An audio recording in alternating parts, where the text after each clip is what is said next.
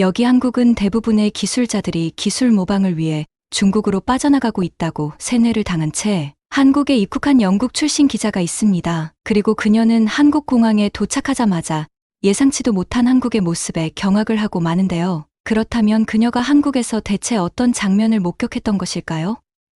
지금 바로 그 사연 만나러 가볼게요. 제 이름은 자스민이에요. 영국 출신 기자죠. 사실 전 한국에 오고 싶지 않았어요. 한국으로 취재 발령이 났을 때 저는 온갖 짜증과 체념이 뒤섞인 기분이 들었죠. 수년간 동아시아 여러 나라에 대해 글을 써왔지만 한국은 항상 얕잡아 봤어요. 별 볼 일 없었거든요. 한국은 중국과 일본 사이에 위치한 작은 나라로 중요해지려고 애쓰지만 항상 어딘가 부족하다고 생각했거든요. 하지만 제 상사는 다른 생각을 하고 있었어요. 저에게 한국에서 1년 동안 머물며 그 문화와 사회에 대해 글을 쓰라고 했어요. 믿을 수 있겠어요?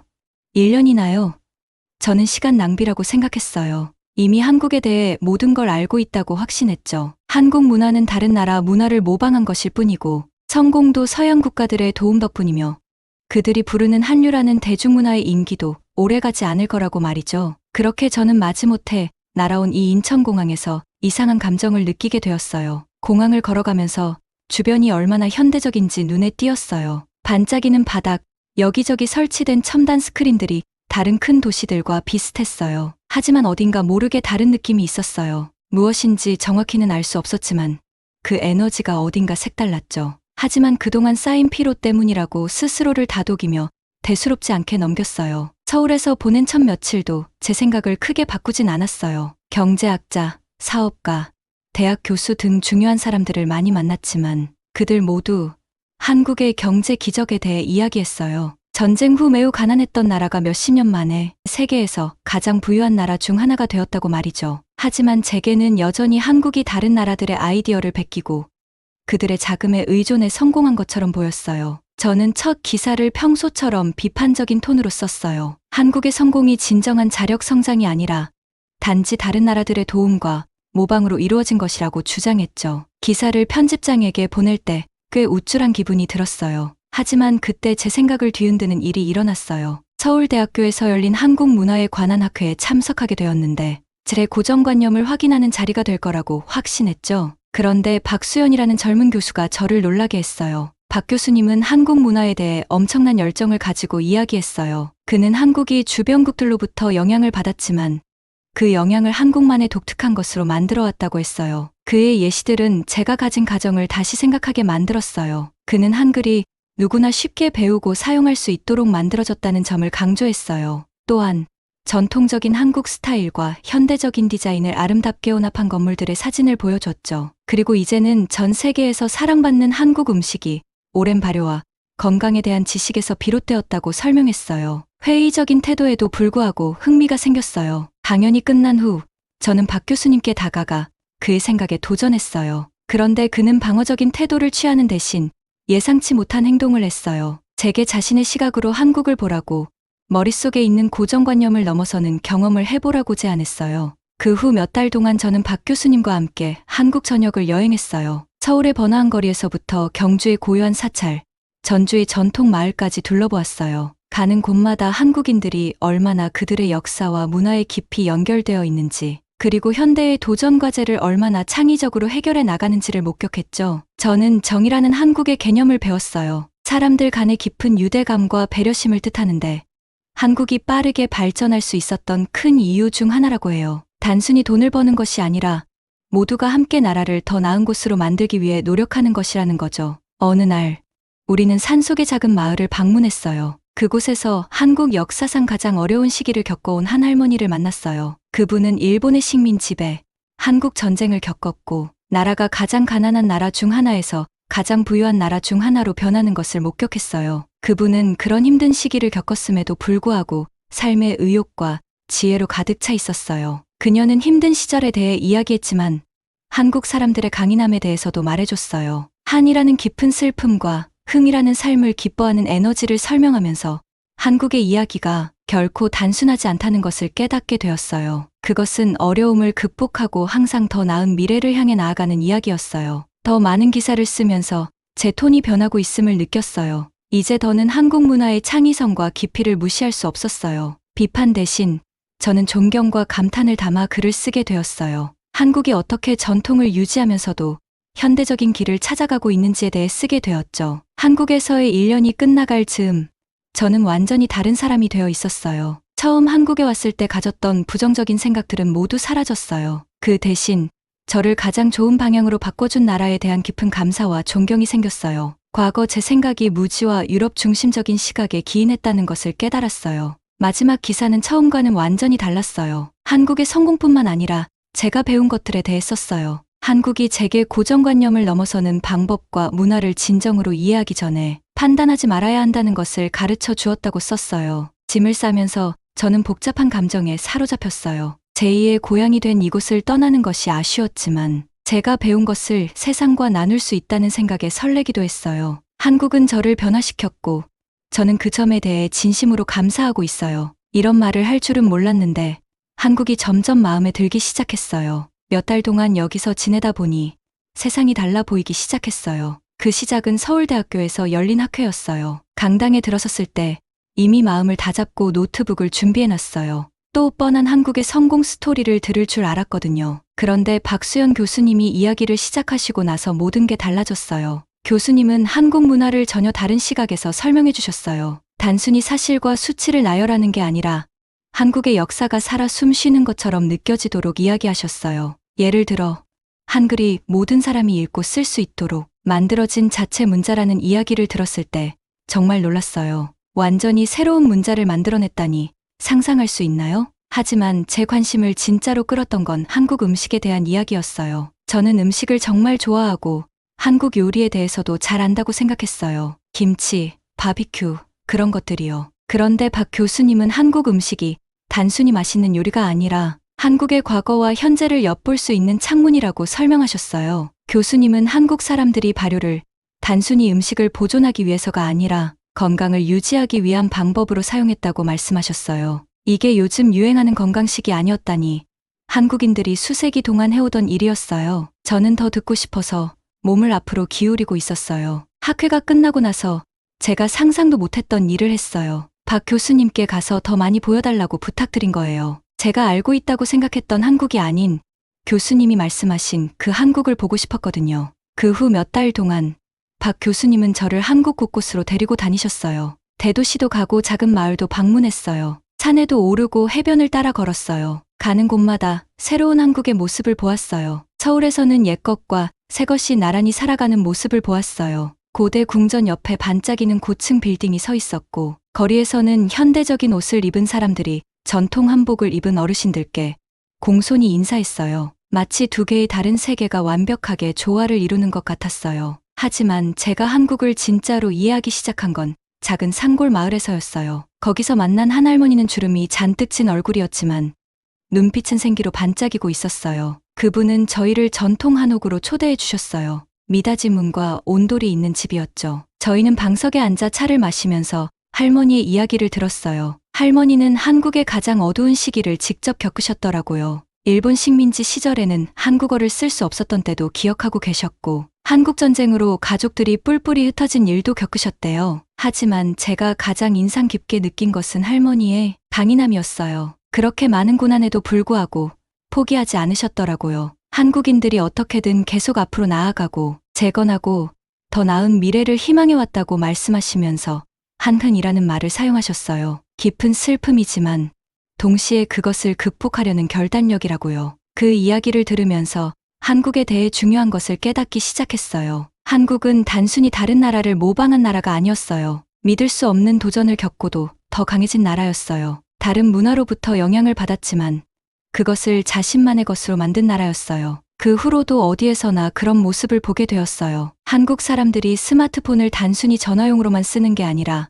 음식을 주문하고 지하철 요금을 결제하고 심지어 공중화장실에 휴지가 있는지 확인하는 데까지 사용하는 모습에서요. 외국에서 온 발명을 한국만의 독특한 방식으로 바꿔놓은 거죠. 저는 박 교수님과 함께하는 여행을 기다리게 되었어요. 매일 새로운 발견이 있었어요. 도토리묵이나 소리차처럼 들어본 적도 없는 음식을 맛보기도 했고 수세대에 걸쳐 전해 내려오는 기술로 아름다운 도자기를 만드는 장인들을 보기도 했어요. 심지어 한국의 전통 무술인 태권도도 직접 배워봤어요. 서서히 제가 한국에 대해 가지고 있던 옛 생각들이 사라지기 시작했어요. 제가 얼마나 잘못 알고 있었는지 깨달았어요. 한국은 단순히 다른 나라를 흉내내는 곳이 아니었어요. 새로운 것과 옛 것을 가장 잘 혼합하여 새로운 무엇인가를 창조하는 나라였어요. 기사를 쓸 때 혁신적이다, 회복력이 강하다, 독특하다 같은 단어를 사용하고 있는 제 자신을 발견했어요. 더 이상 단순히 사실을 보도하는 게 아니라 만난 사람들, 본 장소들, 배운 것들에 대한 이야기를 전하고 있었어요. 어느 날 서울의 번잡한 거리에서 걷고 있을 때 가게 창문에 비친 제 모습을 보았어요. 저 자신을 알아보지 못할 정도였어요. 이마의 주름이 부드러워졌고 눈빛에는 이전에는 없던 반짝임이 있었어요. 단지 한국에 대한 제 시각만 바뀐 것이 아니라는 걸 깨달았어요. 저도 변한 거였어요. 한국은 제게 중요한 교훈을 가르쳐 주었어요. 어떤 곳을 진정으로 이해하려면 눈뿐만 아니라 마음도 열어야 한다는 거요. 옛 생각을 버리고 새로운 시각으로 볼 준비가 되어 있어야 한다는 거요. 마지막 기사를 마무리할 때 여러 감정이 교차했어요. 제가 해낸 일에 대한 자부심도 느껴졌고 배운 것을 세상과 나눌 생각에 흥분되기도 했어요. 하지만 약간의 슬픔도 느껴졌어요. 한국에서의 시간이 끝나가고 있었고 떠날 준비가 되지 않았거든요. 한국에 올 때 한국에 대해 모든 것을 알고 있다고 생각했어요. 떠나면서 여전히 배울 것이 많다는 것을 알게 되었어요.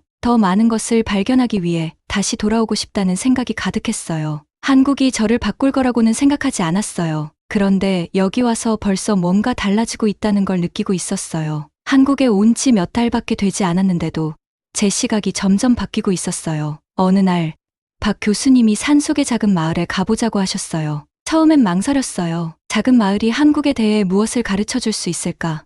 하지만 결국 가보기로 했어요. 여정은 길고 푸른 산을 굽이굽이 지나고 반짝이는 강을 따라 이어졌어요. 마침내 도착했을 때 저는 깜짝 놀랐어요. 그 마을은 전통 한옥과 좁은 돌길이 있는 마치 옛 그림 속에서나 볼 법한 풍경이었어요. 한 할머니가 따뜻한 미소로 저희를 맞아주셨어요. 그녀의 이름은 김씨 할머니였고 85세였어요. 할머니는 저희를 집으로 초대해 차를 대접해 주셨어요. 작은 잔에 담긴 뜨거운 차를 마시며 바닥에 앉아 있을 때 김씨 할머니는 자신의 이야기를 들려주기 시작했어요. 말할 때마다 눈이 반짝이셨고 저는 그 말 한마디 한마디에 빠져들었어요. 내가 살아오면서 정말 많은 변화를 봤지. 할머니가 말씀하셨어요. 내가 어렸을 때 한국은 일본의 지배를 받고 있었어. 정말 힘든 시기였지. 우리말을 쓰는 것도 우리 이름을 사용하는 것도 금지되었거든. 저는 흥미진진하게 다가가며 들었어요. 제가 알던 한국은 이런 모습이 아니었거든요. 그러고 나서 6.25 전쟁이 일어났어. 할머니가 이야기를 이어가셨어요.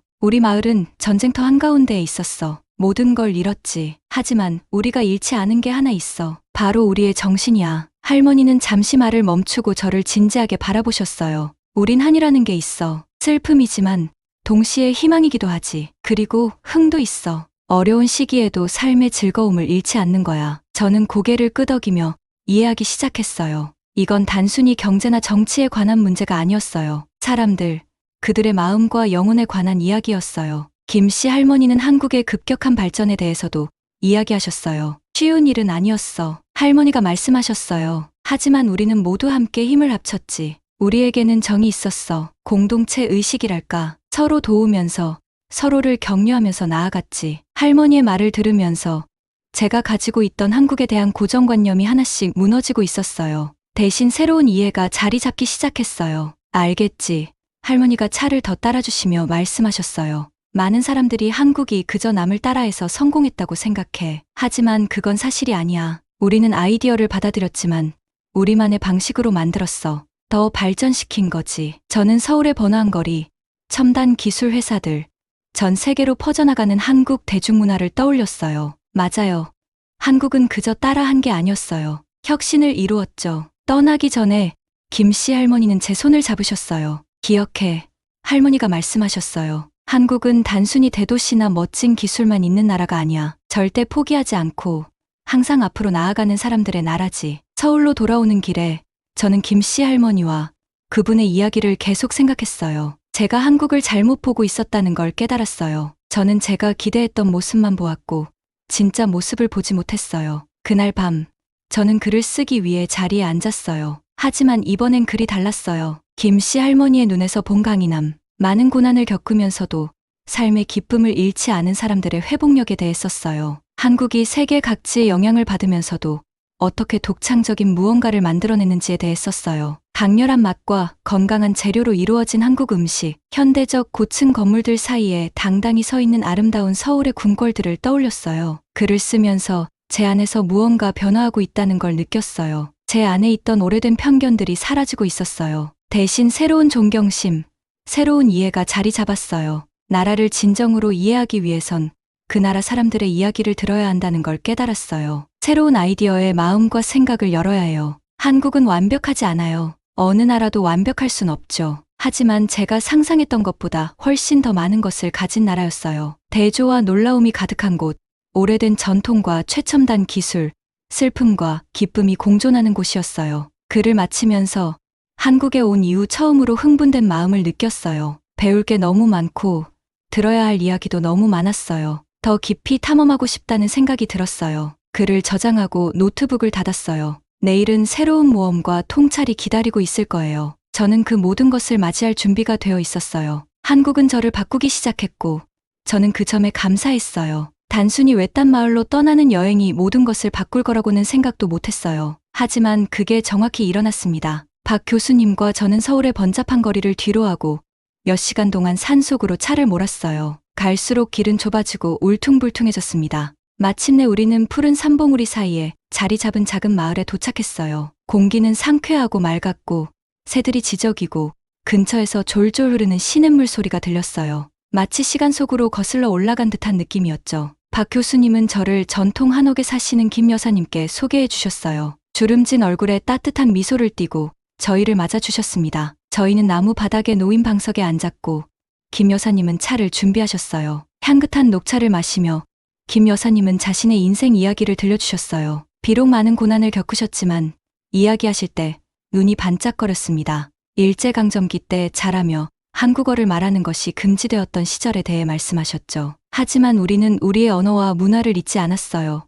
라고 자랑스럽게 말씀하셨어요. 우리는 그것들을 비밀리에 지켜왔죠. 김 여사님은 한국 전쟁의 참상에 대해 묘사하셨어요. 그때 그녀의 마을이 전쟁의 포화 속에 휘말렸다고 했어요. 우리는 모든 것을 잃었어요. 라고 부드럽게 말씀하셨어요. 하지만 우리는 돌 하나하나, 집 하나하나 다시 지어 올렸어요. 저는 그녀의 회복력에 감탄했어요. 한국의 가장 어두운 시기를 살아낸 분이셨지만 그분은 강인함과 희망을 온몸으로 보여주고 계셨습니다. 김 여사님의 이야기가 계속될수록 저는 박 교수님이 저에게 보여주려고 했던 것이 무엇인지 점점 이해하게 됐어요. 한국의 역사는 단순히 침략과 고난의 연속이 아니었어요. 그것은 사람들의 놀라운 정신력에 대한 증거였어요. 김 여사님은 마을의 오래된 사진들을 보여주셨어요. 전쟁 직후 찍은 한 장에서는 폐허와 잔해가 보였어요. 그리고 몇 년 후 찍은 사진에서는 마을이 재건되고 번성하고 있었어요. 우리는 절대 포기하지 않았어요. 라고 김 여사님은 말씀하셨어요. 그게 바로 한국인의 방식이죠. 저는 한국에 대해 가졌던 모든 고정관념을 생각해봤어요. 항상 이웃 나라들의 그림자에 가려져 있는 나라로 여겼었죠. 하지만 김 여사님의 이야기를 들으면서 제가 얼마나 잘못 생각하고 있었는지 깨달았어요. 한국은 단순히 살아남은 게 아니었어요. 모든 역경을 이겨내며 번영해왔습니다. 오후가 지나갈 무렵 김 여사님은 저희에게 김치 담그는 법을 가르쳐 주셨어요. 손으로 매운 고춧가루 양념을 섞으면서 웃음이 터졌죠. 그녀는 김치가 한국인의 정신을 상징한다고 설명하셨어요. 강인하고 활기차며 거친 환경 속에서도 견딜 수 있는 그런 정신이요. 저희가 떠나기 전에 김 여사님은 손수 만든 작은 도자기 접시를 선물로 주셨어요. 저희를 기억해 주세요. 라며 미소를 지으셨습니다. 저는 그녀의 너그러움에 깊이 감동했어요. 서울로 돌아오는 길, 배운 것들이 계속해서 제 머릿속을 떠나지 않았어요. 제가 이곳에 오기 전에 상상했던 한국은 실제와 전혀 달랐어요. 저는 경제 통계와 세계적 트렌드에만 집중하느라 이 나라의 심장을 놓치고 있었던 거죠. 늦은 밤까지 공부하며 더 나은 미래를 만들기 위해 노력하는 학생들을 떠올렸어요. 혁신적인 회사를 만들기 위해 끊임없이 일하는 기업가들도 생각났어요. 그리고 이제 수세기에 걸친 도전을 견뎌낸 회복력을 몸소 보여주신 김 여사님을 만났습니다. 처음으로 과거에 제가 썼던 기사들에 대해 부끄러움을 느꼈어요. 어떻게 그렇게 눈이 멀었을까요? 제 선입견이 판단을 흐리게 했어요. 더 깊이 들여다보거나 이해하려고 노력하지 않았던 겁니다. 서울로 돌아오는 길에 도시가 이제 다르게 보였어요. 우뚝 솟은 마천루들은 단순히 서구, 건축의 모방물이 아니었어요.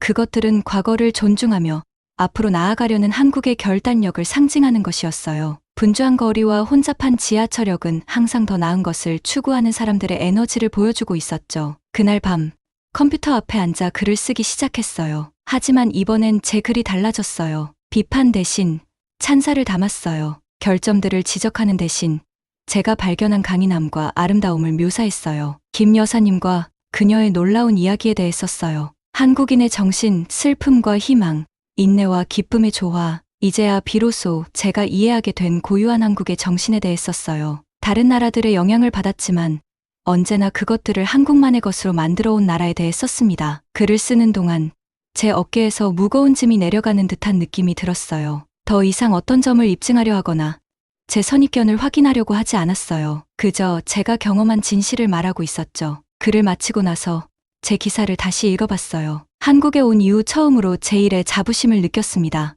이것은 단순한 또 다른 과제가 아니었어요. 한국뿐만 아니라 세상을 바라보는 제 시각의 새로운 시작이었습니다. 아직 배울 것이 많이 남아 있다는 것을 알았어요. 하지만 이제 한국에서 남은 시간에 대해 두려워하는 대신 설렘을 느꼈습니다. 이 매력적인 나라가 앞으로 또 어떤 놀라움을 선사할지 기대됐어요. 또 어떤 교훈을 제게 가르쳐 줄지 궁금했어요. 그날 밤 잠들기 전 김 여사님의 말씀이 제 머릿속에서 메아리 쳤어요.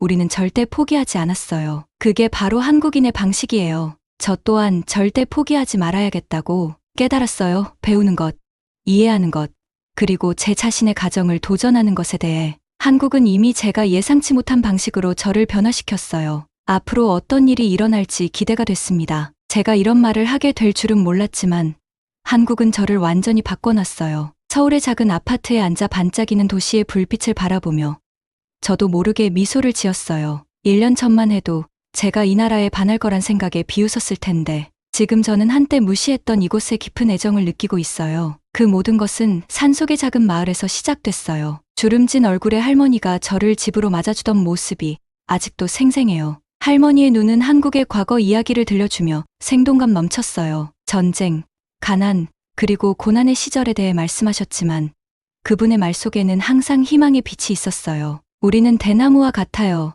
할머니는 저에게 차를 따라주며 말씀하셨어요. 우리는 휘어지지만 부러지지 않아요. 처음엔 그 말을 완전히 이해하지 못했지만 한국에서 시간을 보내면서 그 말이 점점 더 와 닿았어요. 학생들의 얼굴에서 그걸 느꼈어요. 그들은 최고의 대학에 들어가기 위해 몇 시간이고 공부했어요. 어떤 사람들은 그걸 압박이라고 부를 수도 있지만 저는 그것을 결단력으로 봤어요. 이 아이들은 단지 자신을 위해서만 일하는 것이 아니었어요. 그들은 가족을 위해, 공동체를 위해, 그리고 나라를 위해 노력하고 있었어요. 서울의 활기찬 시장에서도 그걸 볼 수 있었어요. 상인들은 신선한 생선부터 최신 전자제품까지 모든 것을 팔려고 외쳤어요. 그 에너지는 전염성이 있었어요. 사람들은 흥정을 하고 웃고 하루를 목적 있게 살아가고 있었어요. 어느 날 저는 작은 기술 스타트업을 방문했어요. 사무실은 비좁았지만 그곳의 열정은 분명했어요. 젊은 기업가들이 컴퓨터 주위에 모여 빠르게 이야기하며 큰 꿈을 꾸고 있었어요. 그들은 단지 서양의 아이디어를 모방하는 것이 아니었어요. 그들은 뭔가 새로운 것, 한국만의 독창적인 것을 만들어내고 있었어요. 우리는 사람들에게 도움이 되는 제품을 만들고 싶어요. 한 젊은 여성이 제게 말했어요. 그리고 세계의 한국인이 할 수 있는 것을 보여주고 싶어요. 그녀의 말은 제 마음에 남았어요. 한국이 단지 다른 나라들을 모방하는 것이 아니라 독자적인 길을 찾아가고 있다는 것을 깨달았어요. 전통과 현대를 결합해 제가 한 번도 본 적 없는 방식으로 발전하고 있었어요. 제가 처음 한국에 대해 썼던 기사들이 떠올랐어요. 제가 얼마나 잘못 봤던가. 저는 겉모습만 보고 그 아래 숨겨진 깊이와 풍요로움을 놓쳤어요. 이제 마지막 기사를 쓰면서 제가 발견한 진짜 한국을 전하고 싶었어요. 저는 그 마을의 할머니에 대해 썼어요. 그녀의 강인함과 지혜는 한국의 회복력을 보여주는 증거였어요. 학생들에 대해 썼어요. 그들의 열정은 더 나은 미래를 향한 꿈에서 비롯된 것이었어요. 그리고 한국의 창의력과 글로벌 야망을 결합한 젊은 기업가들에 대해서도 썼어요. 그러나 무엇보다도 한국이 제게 가르쳐준 것에 대해 썼어요. 먼 곳에서 문화를 판단하는 것의 위험성을 보여줬어요. 더 깊이 들여다보고 더 많이 듣고 제 생각이 바뀌는 것에 열려 있어야 한다는 것을 배웠어요. 기사를 마치고 나니 여러 감정이 교차했어요. 제가 얼마나 발전했는지 자랑스러웠지만 초기의 편견이 조금은 부끄럽기도 했어요. 제가 정말 그렇게도 좁은 시야를 가졌었나요? 그날 밤, 저는 동네를 산책했어요. 거리는 따뜻한 저녁을 즐기는 사람들로 활기찼어요. 가족들은 야외 식당에서 식사를 나누고, 연인들은 손을 잡고 거닐었고, 친구들은 소주잔을 기울이며 웃고 있었어요. 작은 공원의 멈춰 벤치에 앉았어요. 멍하니 주변을 둘러보는데, 저 멀리에서 하얀색의 운동복을 입은 어린 친구들이 노란색 밴에서 내리는 것 봤어요. 그 차림새는 분명 올림픽에서 본 태권도라는 종목의 도복이었어요. 운동을 하러 가는 아이들은 그저 행복만 웃음을 띠고 있었어요. 사실 영국에서도 이와 비슷한 모습을 자주 목격하곤 했어요. 영국에서도 럭비를 하는 어린 친구들이 많거든요. 그들도 지금 제 눈앞에 저 어린 친구들처럼 항상 얼굴에 미소가 가득하죠. 저는 비로소 알게 되었어요. 태권도가 중국이 아닌 한국의 스포츠였다는 것을요. 한편 몇몇 청소년들은 휴대폰을 둘러싸고 아마도 최신 K-팝 영상을 보고 있었겠죠. 그 순간 깊은 감사의 마음이 들었어요. 한국은 제 눈을 뜨게 했어요. 제 가정을 도전하게 했고 저를 더 나은 기자, 더 나은 사람으로 만들어줬어요. 집으로 돌아가면서 앞으로 무엇을 할지 생각했어요. 한국에서의 1년이 끝나가고 있었지만 떠날 준비는 되지 않았어요. 배울 것도 이야기할 것도 아직 너무 많았어요. 저는 한국과의 여정이 끝난 것이 아니라는 것을 깨달았어요. 오히려 여러 면에서 이제 막 시작된 것 같았어요. 저는 여기 처음 왔을 때는 회의적이었지만 이제는 이 작지만 강한 나라의 힘을 진정으로 믿게 되었어요. 그날 밤잠에 들며 할머니의 말이 다시 떠올랐어요. 우리는 대나무와 같아요. 그분은 말씀하셨어요. 우리는 휘어지지만 부러지지 않아요. 미소를 지으며 평온함이 저를 감싸는 것을 느꼈어요. 한국은 단지 생존한 것이 아니었어요. 번영했고 그 과정에서 제가 상상도 못한 방식으로 저를 변화시켰어요. 한국에서의 마지막 날 아침 일찍 일어났어요. 설렘과 슬픔이 섞인 감정이 느껴졌어요. 짐을 싸면서 지난 1년 동안 얼마나 많은 것이 변했는지를 생각했어요. 처음 한국에 왔을 때는 이 나라에 대해 모든 것을 알고 있다고 확신했었는데 이제는 내가 얼마나 잘못 생각했는지 깨달았어요. 공항으로 가기 전에 서울에서 마지막 산책을 하기로 했어요. 이미 거리는 바쁘게 돌아가고 있었고 사람들은 출근길에 나서고 학생들은 학교로 서두르고 있었어요. 공원에서 태극권을 하고 있는 노인분들을 보며 미소 지었어요. 한국에서 제가 사랑하게 된 전통과 현대의 조화가 떠올랐어요. 산책을 하며 지난 1년 동안의 경험들이 떠올랐어요. 처음으로 김치를 먹었던 때가 생각났어요. 매콤하고 톡 쏘는 맛에 놀랐었는데 이제는 식사에 김치가 빠지면 상상이 안 될 정도예요. 또 사람과 로봇이 함께 일하는 하이테크 공장을 방문했을 때 한국이 기술 분야에서 얼마나 앞서가고 있는지를 직접 보았어요. 그리고 한국의 역사와 건축을 배운 전통 한옥마을을 방문했을 때도 기억에 남아요. 발길이 저를 자주 오던 작은 카페로 이끌었어요. 그곳에서 종종 기사를 쓰곤 했죠. 주인인 김 여사님이 따뜻한 미소로 저를 맞이해 주셨어요. 아, 제스만 씨, 평소 드시던 커피로 드릴까요? 그녀가 서툰 영어로 물어봤어요. 저는 웃으며 고개를 끄덕였어요. 커피를 받으며 자리에 앉아 노트북을 꺼냈어요. 한국을 떠나기 전에 마지막 생각들을 기록하고 싶었어요. 처음 한국에 왔을 때 저는 쓰기 시작했어요. 무엇을 기대해야 할지 알고 있다고 생각했어요. 다른 나라들을 모방하려는 나라일 거라고 예상했죠. 하지만 제가 얼마나 잘못 생각했는지 알게 되었어요. 한국은 단순히 따라하는 것이 아니라 혁신하고 있어요. 단지 유행을 따르는 것이 아니라 새로운 트렌드를 만들어가고 있어요. 저는 잠시 멈추고 커피를 한 모금 마셨어요. 창밖을 보니 몇몇 청소년들이 웃고 떠들며 지나가고 있었어요. 그들의 패션은 전통적인 한국 요소와 현대, 글로벌 스타일이 혼합된 모습이었어요. 한국이 어떻게 전통과 현대를 조화롭게 융합하고 있는지를 보여주는 완벽한 예였죠. 한국은 저에게 회복력을 가르쳐 주었어요. 저는 계속해서 썼어요. 이 나라는 수많은 도전, 전쟁, 점령, 빈곤을 겪었어요. 하지만 한국인들은 이 도전들에 굴복하는 대신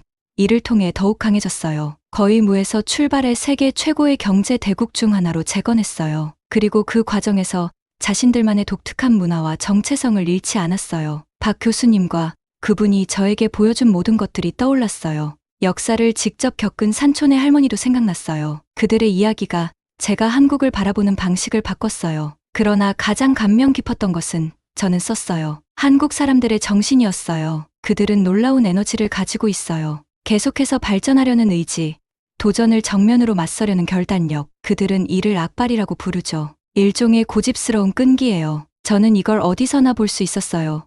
밤늦게까지 공부하는 학생들, 글로벌 기업을 세우려는 창업자들, 그리고 전 세계가 사랑하는 새로운 음악과 예술을 창조하는 예술가들 속에서요. 커피를 다 마쳤을 때 이미 몇 장이나 채운 것을 알게 되었어요. 아직 할 말이 많고 전할 이야기도 많았지만 이제 떠나야 할 시간이었어요. 커피 값을 계산하고 김 여사님께 작별 인사를 했어요. 카페를 나서면서 목이 메는 걸 느꼈어요. 이곳이 이렇게나 그리울 줄은 몰랐어요. 공항에서 비행기를 기다리며 마지막으로 노트북을 꺼냈어요. 마지막 문장을 썼어요. 한국에 오기 전 저는 거대 국가들 사이에 끼어 있는 나라에 대해 글을 쓸 거라고 생각했어요. 대신 저는 스스로 우뚝 서 있는 나라를 발견했어요. 나 자신의 선입견을 넘어서고 세상을 새로운 눈으로 바라보는 법을 가르쳐준 나라를요. 비행기 탑승을 알리는 방송이 들려와 노트북을 덮고 일어났어요. 한국을 떠나지만 제 일부는 항상 이곳에 남아있을 거라는 걸 알았어요. 그리고 다음에 어디로 가든